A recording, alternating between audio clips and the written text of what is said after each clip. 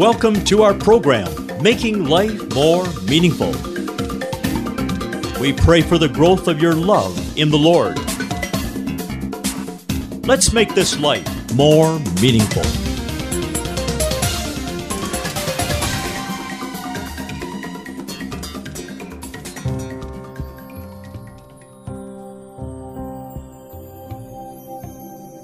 Hari ini saya akan menyampaikan sabda Tuhan dengan tema mental juara.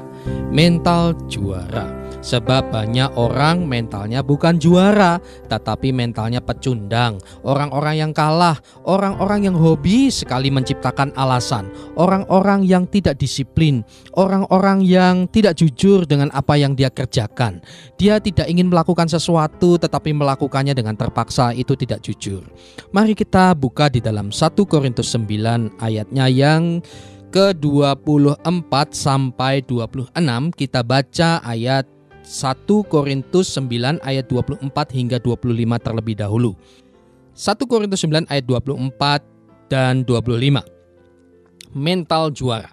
Tidak tahukah kamu bahwa dalam gelanggang pertandingan semua peserta turut berlari, tetapi bahwa hanya satu saja orang yang mendapat hadiah. Karena itu berlarilah begitu rupa sehingga kamu memperolehnya. Ayat 25. Tiap-tiap orang yang turut mengambil bagian dalam pertandingan menguasai dirinya dalam segala hal. Mereka berbuat demikian untuk memperoleh suatu mahkota, suatu trofi, suatu hadiah ya sahabat. Nah, sahabat, Anda perlu sadar bahwa setiap individu, bahkan anak-anak pun mereka punya cita-cita. Nah, secara dewasa saya katakan kita semua pasti memiliki tujuan hidup. Apa sih tujuan hidup Anda? Nah, celakalah bagi mereka yang tidak memiliki tujuan hidup. Celaka sekali hidup ini tanpa visi, tanpa penglihatan di depan. Karena itu, sahabat, saya suka sekali bertanya kepada anak saya sejak dia TK, sejak bisa komunikasi, saya selalu bertanya, apa cita-citamu nanti? Kalau besar ingin jadi apa? Sekalipun mereka berubah-ubah, namanya juga anak-anak. Itu sudah harus dilatih bahwa nanti kalau besar jadi apa? Nah, Anda dan saya sebagai para orang tua, orang yang bertanggung jawab mengarahkan mereka. Sekalipun nanti ketika dewasa kita tidak bisa intervensi, namun kita sudah latih mereka untuk memiliki tujuan hidup. Untuk memiliki visi ke depan, penglihatan ke depan, mimpi ke depan. Dulu anak saya berkata ingin jadi tentara, lalu dokter gigi dan pendeta. Ini si Lala. Lah anak saya yang pertama itu konsisten ingin jadi pilot pesawat tempur. Lalu sekarang plus juara tenis meja, juara dunia tenis meja. Makanya dia latihan keras saat ini sahabat. Penting sekali memiliki tujuan yang jelas, visi yang jelas. Visi itu apa sih? Banyak definisi, tidak ada yang salah. Tetapi kalau saya simpulkan, visi, tujuan ke depan, penglihatan adalah apa yang Anda percayai akan terjadi atau Anda akan menjadi apa di depan. 5 tahun ke depan, saya akan menjadi seperti ini. Itu visi, keyakinan Anda. Seperti mimpi itu loh saudara ya. Saudara pernah mimpi ya. Mimpi itu tiba terjadi begini, Anda diperlakukan seperti ini, Anda menjadi ini. Seperti itu. Visi, vision, penglihatan, mimpi. Tetapi disimpulkan apa yang Anda percayai akan terjadi atau Anda menjadi apa di depan. Sahabat, tidak tahukah kamu bahwa dalam gelanggang pertandingan semua peserta turut berlari, tetapi hanya satu orang saja yang mendapat hadiah. Karena itu berlari sebegitu rupa engkau memperolehnya, supaya engkau memperolehnya. Ada yang ingin dicapai, yaitu mahkota. Kembali lagi, setiap individu harus punya tujuan hidup yang jelas. Kalau tidak, saudara, itu bagaikan celaka. Betul sahabat, penting sekali. Nah, bicara tentang bertanding, sahabat, itu penting sekali pergunakan waktu yang ada untuk berlatih sejak dini. Saya bersyukur sejak anak saya masih TK, saat ini SD di tahun 2012 ini, SD kelas 4 dan kelas 5, saya terus tanamkan mumpung waktunya masih muda. Anak saya ingin jadi juara, mumpung masih muda, masih kecil, latihan-latihan saya terus-menerus saya support dia. Demikian juga Anda, mumpung selagi ada waktu, masuklah dalam gelanggang pertandingan ini dengan mental juara, seorang juara sejati. Dan kalau Anda ingin menjadi seorang juara, pergunakan waktu yang ada. Efesus 5 ayat 16. Dan pergunakanlah waktu yang ada karena hari-hari ini jahat. Hari-hari ini adalah jahat. Setan berkeliling bagaikan singa menghaum, sekalipun ini singa ompong tapi juga bisa menakutkan saudara. Ya, suatu hari saya pergi ke suatu rumah besar, herdernya besar. Wah, herdernya hampir setinggi pusak saya, saudara. Gede sekali ini anjing. Gondrong lagi, gak pernah potong rambut lagi. Wah, menggonggong, suaranya menggonggong saudara. Itu bunyinya tidak meong, tidak, namanya juga anjing herder. Tapi wah, seperti itu. Baru menggonggong saya udah melompat kaget. Saya lewat, tuan rumahnya berkata, gak apa-apa Pak Iri, masuk aja. Masuk gimana, dia menggonggong mendekati saya. Ternyata dirantai. Walaupun dirantai menakutkan juga. Setan seperti itu, sebetulnya dia dirantai. Setan sampai kapanpun tidak bisa mengalahkan Anda kecuali Anda mengalah. So itu sahabat, ayo latihan dari sekarang. Mumpung masih ada waktu, pergunakanlah waktu yang ada karena hari-hari ini adalah jahat. Jumlah waktu di seluruh dunia itu sama 24 jam untuk semua umat manusia, lintas budaya, lintas agama, lintas bangsa. Yang membedakan adalah bagaimana Anda mengisi dan memanfaatkan waktu Anda, itulah yang membuat Anda berbeda. Dan cara Anda menggunakan waktu, itu bisa menunjukkan nilai hidup Anda. Ayo, mental juara. Tetapkan tujuan untuk sebuah mahkota yang jelas, tetapkan visi, lalu pergunakanlah waktu yang ada dengan sungguh-sungguh.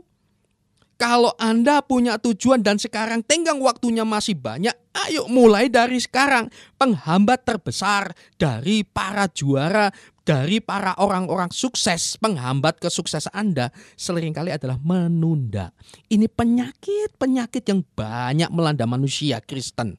Nunda, nanti deh, gampang deh, nanti deh, gampang deh. Nanti begitu sudah waktunya kurang 1 hari, kedandapan, orang Jawa bilang kedandapan, kelabakan, maling tuang, kerja sana sini, lembur dan seterusnya.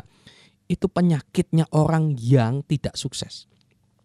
Seorang bermental juara, walaupun pertandingannya tahun depan, dia latihan keras dari sekarang, menggunakan waktu dari sekarang.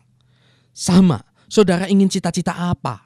Anda punya visi apa? Kerja keras dari sekarang. Amin. Ayat yang ke-25. Menarik sekali sahabat ya. Tadi ayat 25. Dari 1 Korintus 9 ayat 20. Dari 1 Korintus 9. Sekarang ayat 25. Mental juara. Tiap orang yang turut mengambil bagian dalam pertandingan, menguasai dirinya dalam segala hal. Kuasai diri Anda dalam segala hal.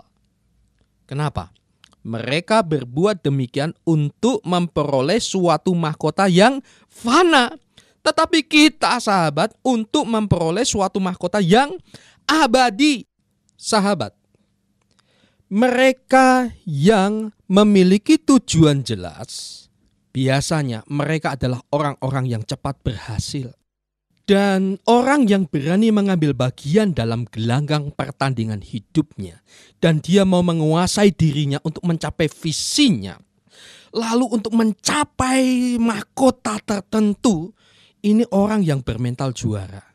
Nah, orang yang jelas apa yang dikejar, cepat berhasil. Contoh konkret, tidak mungkin anak saya akan menjadi juara di kelasnya di dalam pelajaran kalau dia tidak ingin mencapainya.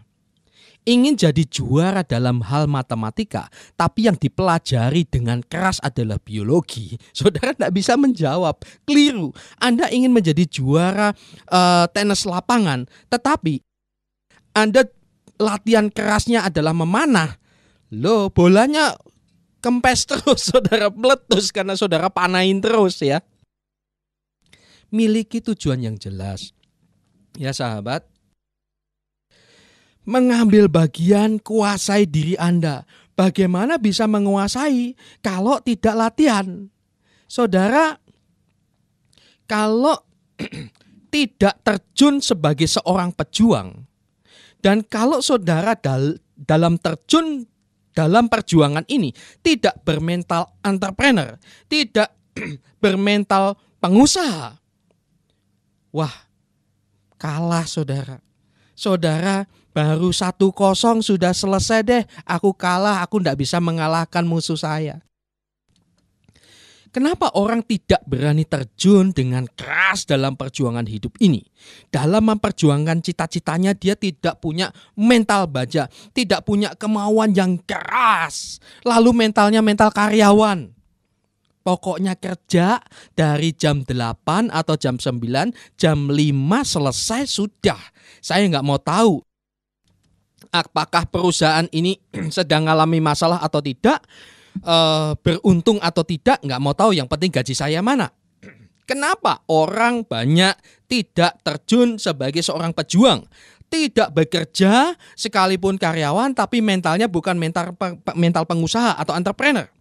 Karena kenyamanan dan inginnya nyaman dan maunya cari yang aman, lalu maunya cari yang mudah, lalu merasa benar. Ya, disuruh begini, oh tidak Pak, mestinya begini Pak. Dinasihati begini, oh tidak Pak, mestinya begini Pak. Lalu pandangannya picik. Sebetulnya pandangannya rendah, tidak luas, tetapi karena merasa benar jadi picik. Orang demikian biasanya kete, biasanya keras, tidak bisa diatur, tidak mau terima nasihat. Lalu masalahnya itu terus berakar dari doktrin rohani yang salah dan juga karena trauma masa lalu. Ini orang-orang pecundang. Dulu pernah mengalami kegagalan tapi akhirnya tidak mau mencoba lagi. Dulu saya pernah Pak, tapi ya yang gini-gini susah Pak untuk saya. Memang tidak ada yang mudah sahabat.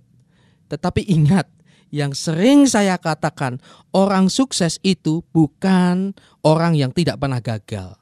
Justru banyak gagalnya. Tetapi orang sukses, orang yang tidak pernah berhenti mencoba. Karena itu jadilah orang yang aktif. Orang yang aktif tidak akan mengalami yang namanya bad mood. Ya, malas itu tidak akan pernah. Saya tag di Facebook saya, tetapi ada orang yang saya heran. Di antara yang ngasih jempol, ada satu orang yang mengatakan, saya tidak setuju. Justru kalau Anda terlalu aktif, justru akan mengalami bad mood. Nah, aktifnya apa? Bagaimana saudara dalam mengambil pertandingan ini tidak mengalami bad mood? Pertama, aktif. Lalu tetapkan tujuan yang jelas. Kalau Anda punya tujuan yang jelas, tidak mungkin mengalami yang namanya bad mood. Seorang mental juara, contohnya Rudi Hartono, tahun berapa itu saya masih kecil.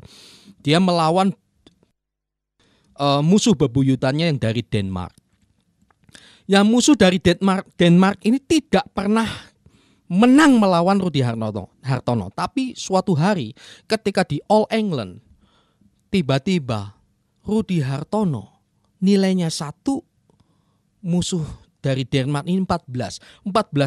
Tetapi saudara, apakah Rudi Hartono waktu itu mengalami bad mood? Tidak. Seorang mental juara ketika nilainya tertinggal jauh, dia semakin gigih. Dia tetapkan bahwa saya harus mengejarnya. Dan saudara luar biasa, dibalik. Dia bisa mengejar, akhirnya sama 14-sama. Lalu kalau tidak salah waktu itu pertandingan bulu tangkis itu kan 21 ya. Rudi Hartono yang menang saudara. Dibalik, orang yang bermental juara, dia aktif, dia mental pejuang, mental entrepreneur, pengusaha, bahwa sukses tidaknya itu juga tergantung saya? Tentu Tuhan juga ada, tetapi saya mau bicara soal mental Anda pribadi, saudara. Itu dari saudara yang mau bekerja kuat. Tuhan memberkati orang yang bekerja keras. Tuhan tidak memberkati orang yang dikit-dikit bad mood, bad badnya mood. Ya, Tuhan malas memberkati orang demikian. Ada masalah sedikit bad mood, ada masalah sedikit dinasihati tidak setuju gitu. Contohnya yang itu tadi yang saya saksikan tadi ya. Di antara yang ngasih jempol mengatakan tidak. Kenyataannya saya semakin aktif malah bad mood. Salah. Tujuanmu tuh apa? Ya. Maunya gampang, makanya mudah menyerah. Tetapi kalau Anda pun bermental juara, visinya jelas, menggunakan waktu latihan dengan serius, lalu mentalnya mental pejuang, saudara. Lalu saudara tinggalkan trauma saudara. Gagal, kapan? Dulu. Itu kan dulu, ada iklan begitu ya. Itu kan dulu. Nah sekarang maju bersama Tuhan, engkau bisa. Amin. Begitu banyak janji Tuhan yang patut engkau pegang. Kemanapun engkau pergi, Tuhan menyertai. Kemanapun engkau pergi, di mana tanah yang kau injak akan menjadi milikmu. Aku menyertai sekarang senantiasa sampai kepada akhir zaman. Kurang apa penyertaan Tuhan? Masalahnya itu di mental saudara. Seperti yang saya katakan tadi, sampai kapanpun sebenarnya setan tidak akan bisa mengalahkan Anda. Tapi masalahnya Andalah yang mengalah. Roh yang ada padamu lebih besar daripada roh yang ada di dunia ini. Amin atau tidak amin, saudara tetap harus amin. Masalahnya saudara gak percaya sih. Saudara tidak melakukannya sih. Saudara, ayo bangkit. Lakukan dengan serius. Tanggung jawab itu terimalah dengan sungguh-sungguh bahwa itu tanggung jawab Anda saat ini. Gak usah bad mood-nya. Itu semua bisa saudara singkirkan. Kemalasan, tidak semangat, itu kalau Anda fokus kepada dampak.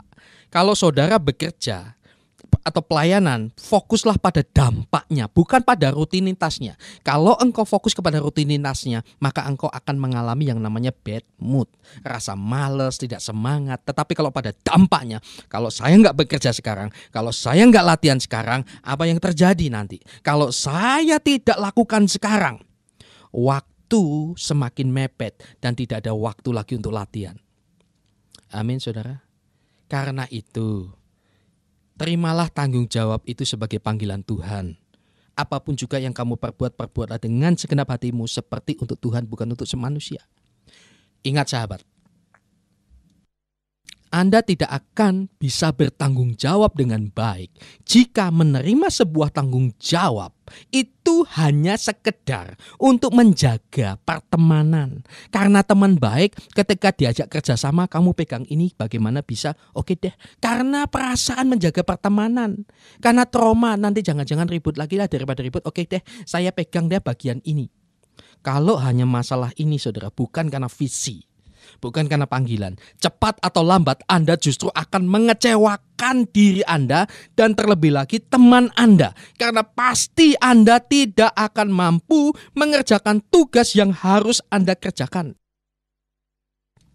Akhirnya mengerjakan asal-asalan, sembarangan. Akhirnya waktu kerja Anda, waktu yang harus Anda kerjakan, Anda tinggalkan dan Anda menciptakan berbagai alasan. Orang yang demikian, alasannya tepat sih tepat, tapi selalu ada saja masalah. Istri sakit lah, anak mencret lah, ban kempes lah, tidak sehat lah, apapun benar dan tidak benar seringkali susah dibedakan. Ya, akhirnya penuh penipuan. Untuk membenarkan diri, hujanlah, inilah, itulah. Saudara, ini bukan mental juara. Seorang mental juara, saudara, kita kan ditetapkan tanggung jawab. Oke, saya siap untuk memegang bagian ini. Maka hujan tidak hujan dia siap datang karena dia kerjakan karena visi. Dan sebaiknya Anda jangan menerima sebuah tanggung jawab jika Anda tidak berniat bertanggung jawab. Tidak usah ciptakan ribuan alasan untuk membenarkan ketidakseriusan Anda. Mengundurkan diri bukan kalah saudara dalam hal ini, tapi sebuah jiwa besar jika dengan sadar bahwa itu jauh lebih baik bagi Anda dan bagi yang lain. Ayo, mental juara. Kalau saudara siap pegang tanggung jawab, apapun yang terjadi, hujan panas, maju terus. Naik motor, naik mobil, naik angkot, naik unta sekalipun. Saudara ditomohon kalau ada unta, jalan saudara. Amin. Kalau tidak saudara, engkau tidak punya mental pejuang, tidak punya mental entrepreneur. Engkau maunya yang gampang. Ada orang yang gabung di sebuah usaha. Dan dalam usaha ini harus lakukan seperti ini. Baru lakukan 20% lalu bertanya, saya dapat apa? Itu banyak terjadi dan sayangnya orang Kristen yang banyak seperti ini. Baru lakukan 20% tanggung jawab yang harus dilakukan. Itu betul loh saudara. Tiba-tiba SMS kepada staf kami mengatakan, loh kalau saya udah lakukan ini saya udah dapat berapa persen. Saya udah lakukan ini udah dapat, saya peringkatnya udah seberapa banyak. Belum apa-apa, belum sebulan udah tanya itu.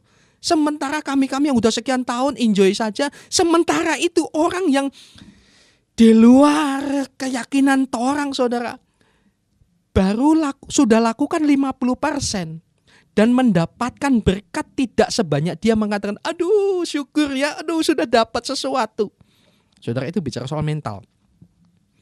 Kalau seorang mental juara, dia sadar bahwa untuk mencapai juara, untuk mencapai visi itu tidak mudah dan harus berjuang.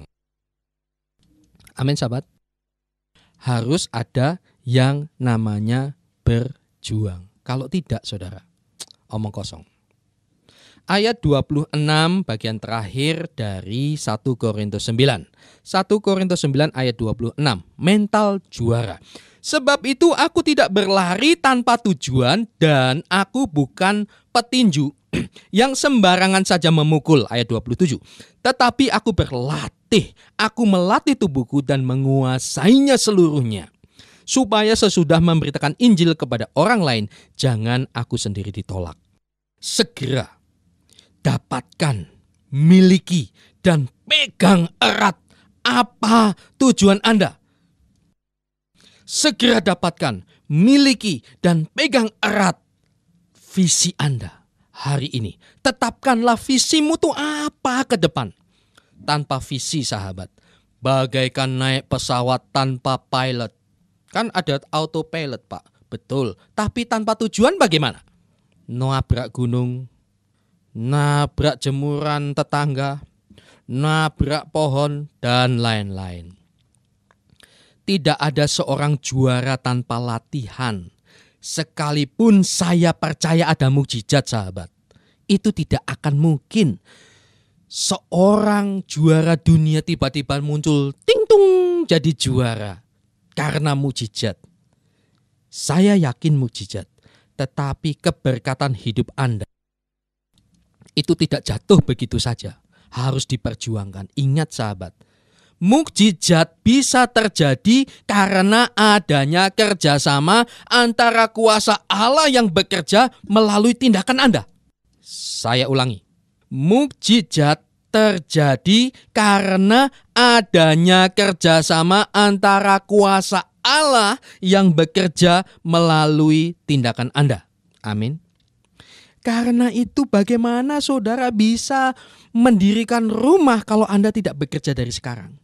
Bagaimana bank mau memberikan KPR kepada saudara kalau saudara tidak punya rekening minimal 3 bulan selama ini yang terdekat ini? Bagaimana ada rekening yang bisa dipercaya bank kalau saudara tidak menyimpannya? Bagaimana Anda bisa menyimpan uang di bank kalau Anda tidak memiliki uang? Bagaimana Anda punya uang kalau Anda tidak bekerja? Ada anak remaja bernamanya Kevin Wu, umur 10 tahun. Dia sudah juara China Open untuk juara remaja dunia tenis meja. Dia latihan per hari itu 3 jam per hari tanpa meninggalkan sekolahnya. Lalu dia disebut anak yang luar biasa di bidang tenis meja. Ada yang namanya Fukuhara Ai, Ding Ning, Timo Boll dari Jerman, Steffi Graf pemain tenis lapangan, kemudian Tiger Woods dan lain-lain. Contohnya Fukuhara Ai, menjadi juara dunia, pemain juara dunia dan musuh bebuyutannya adalah Ding Ning dari China. Fukuhara Ai ini adalah pemain tenis meja dunia dari Jepang. Ternyata Fukuhara Ai di YouTube saya cari, loh sejak kecil, sejak 6 tahun sudah latihan. Waktu lucu-lucunya masih sudah latihan, saudara. Pantas dari juara dunia. Tidak ada juara dunia seperti Ding Ning, Fukuhara Ai, Timo Boll, Kevin Wu, para petenis meja, lalu Steffi Graf, Tiger Woods. Steffi Graf setahu saya ya, itu sejak kecil sudah dilatih papanya kalau nggak salah 9 tahun. Lalu 19 tahun dia jadi juara dunia termuda Wimbledon. Wah, luar biasa. Saudara, aku melatih tubuhku dan menguasai seluruhnya supaya menjadi juara, saudara. Saudara, para juara dunia ini, mereka justru semakin menambah intensitas latihannya demi mempertahankan dan meningkatkan ranking dunianya. Jadi kalau toh saudara sudah mencapai sesuatu, jangan lupa terus berjuang. Sebab contohnya para juara tadi, mereka harus berlatih keras karena mereka sadar bahwa musuh-musuh mereka juga latihan keras ingin mengalahkan mereka. Anak saya cerita, "Papa, Leo nanti kalau juara di Tomohon tenis meja akan dikirim ke Manado seprovinsi. Kalau provinsi menang ke Jakarta." Wah, dia senang. Cuma Jakarta. Saya berkata, bisa dan engkau bisa jadi juara dunia. Mau enggak? Mau. Tapi ingat, di Cina sana, di Jakarta sana, di Amerika sana, di Belanda sana, di Jawa Tengah sana, dan di Manado juga ada anak-anak seumur kamu juga latihan dan mereka juga punya cita-cita sama dan mereka ingin mengalahkan kamu. Maka kamu harus latihan. Sebab itu aku tidak berlari tanpa tujuan dan aku bukan petinju yang sembarangan saja memukul, tetapi aku melatih tubuhku dan menguasai seluruhnya. 1 Korintus 9 ayat 26a. Saudara ingin kaya, saudara ingin terkenal, saudara ingin dipakai Tuhan, saudara ingin luar biasa urapannya, saudara ingin melakukan sesuatu yang hebat. Tidak ada yang jatuh dari langit. Engkau pun harus latihan. Sekalipun di dunia rohani, khotbah pun harus latihan. Lalu kuasa Roh Kudus yang bekerja atas Anda itu tidak jatuh begitu saja. Engkau harus latihan juga. Latihan apa? Latihan kepekaan. Bagaimana engkau bernubuat, bagaimana engkau punya makrifat, itu juga harus latihan. Betul, itu Tuhan memberikan bakat-bakat dan juga talenta dan juga karunia itu diberikan, tapi engkau juga harus melatihnya. Kalau tidak, ngawur, saudara. Sekarang begitu banyak orang ngawur. Tuhan berkata, dan tidak punya kepekaan sekali.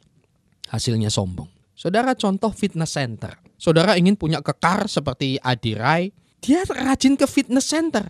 Tapi fitness center itu menyiapkan dan menyewakan peralatan fitness. Andalah yang harus berlatih, bukan fitness centernya. Anda datang, Pak Fitness Center, ini tubuh saya tolong dipompa lengan saya supaya kekar. Enggak, Andalah yang harus bekerja keras, berlatih keras melalui peralatan-peralatan yang disediakan itu untuk meraih kekekaran tubuh Anda. Jadi berkat itu juga ada untuk Anda. Tapi Anda harus meraihnya, Anda harus bekerja mencapainya dan Tuhan memberkati orang yang aktif. Pentingnya aktif. Orang yang aktif tidak mengalami bad mood. Mari sahabat, milikilah mental juara. Miliki karakter juara. Mental juara itu apa saja?